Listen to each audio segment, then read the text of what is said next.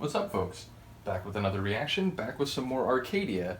Going back to their album So Red the Rose from 1985. We're up to the fourth tune, which is called The Flame. Shout out to Mary Flame. I think she said the flame in her profile name comes from this song, so big ups to you. But yeah, I've really enjoyed this album so far. I'm beginning to understand why people have referred to it as a Duran album with guests, whereas the Power Station album, by contrast, from what I understand, or based on what some people have said, it's more rock-oriented. I think someone even called it sort of American rock-oriented, so we'll have to see. It's going to take me a couple weeks to get that, as I mentioned, but once I do, it'll be interesting to compare and contrast. But yeah, it's interesting. We're up to the fourth tune, as I said, called The Flame. I've mentioned before, single word titles or two word phrases for titles, sometimes they're more opaque or ambiguous because there's just so little to speculate about or to work with semantically. But it's interesting because flame certainly is a very symbolic concept. In many religions and cultures, flame plays a powerful symbolic role. The Zoroastrian religion is almost entirely built around the concept of sort of an eternal flame and the preservation thereof. But flame can also be very destructive. It can turn into a conflagration and lay waste to all around, spreading to the far corners of any physical area, which can cause desolation. But flame is also used by humankind for technological purposes, for cooking, for forging material artifacts with, metals and so on. So flame serves a number of purposes and plays a number of roles in human societies and cultures. So I think it's a concept which could go in a number of different directions. But as I said, not having heard the tune or any of the lyrics and, with a phrase that is ultimately so sort of Spartan, it's difficult to make much more of that, or at least to, get a sense of which way it might go. But yeah, do let me know in the comments below if you have a particular take on this one, or like you've read something about the lyrics or the source of the themes behind the song. But anyway, let's get to it. This is The Flame by Arcadia on their 1985 album So Red the Rose. Oh.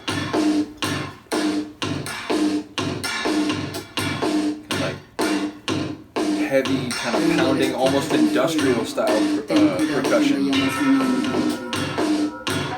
That sounded like a guest star. Did I mention it? On my version of the CD, the guest stars aren't credited. Now on the Discogs entry for the CD I have, it lists some of them, but...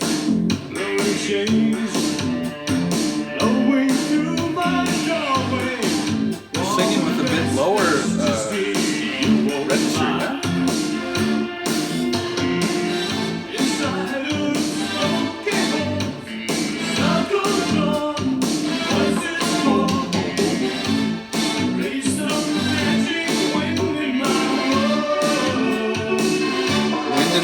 My world?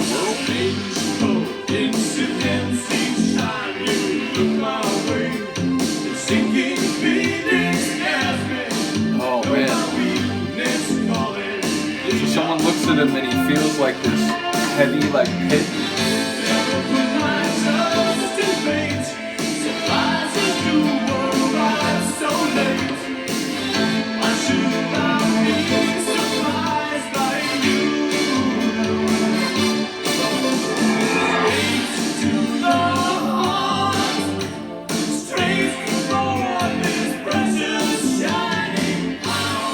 This feels like it could be a Duran song from this time, for sure.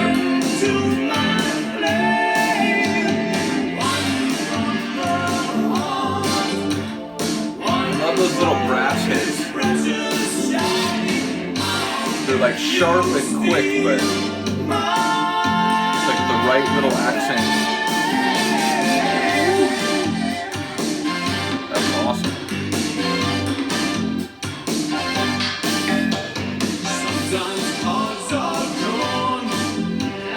Tables turn, the painting game is over.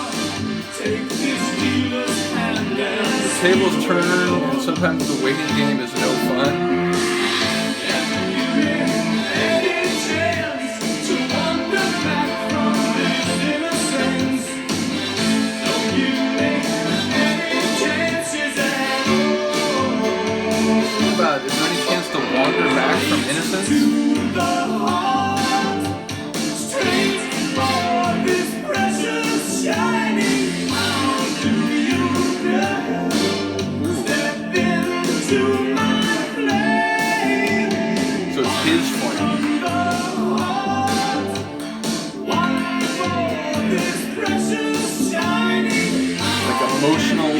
immolation. Step into my flame. Oof.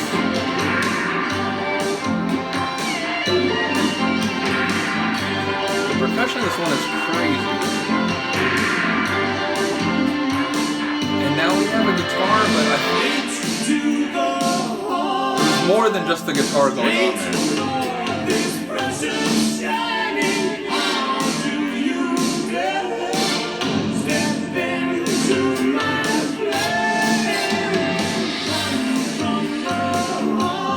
It feels like in this album, Simon was trying some things vocally that maybe he hadn't done or hadn't like really explored more fully with Duran up to this point. Maybe I'm imagining this, but it just feels like some of his singing, his vocal flourishes are like a little different flavor.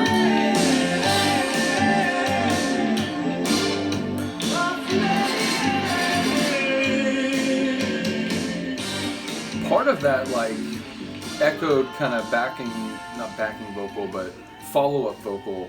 It's almost like reggae style for a second there. Yeah, that was cool. I'm on the edges of the themes. I do feel like there was some emotional themes going on, and again, I did catch the line "step into my flame," which suggests that it could be a flame of passion. It could be a flame of sort of emotional intensity or physical intimacy. But there were some other lines there that was something of like wandering back from innocence, and like normally like if you want someone to come back, it wouldn't be coming back from innocence unless you wanted them to be in a sort of passionate flame that in some ways is not very innocent. So yeah, there's more sort of thematic work I have to do there. I have to listen to this some more, try to pick up on some of the other lines in a little more detail. There were a few lines where I was catching like 80% of it, but when you miss like 2 or 3 words in a line, it can leave you hanging in terms of the ultimate meaning of the sentence. So yeah, gonna have to listen to that some more, but I very much enjoyed the sonics.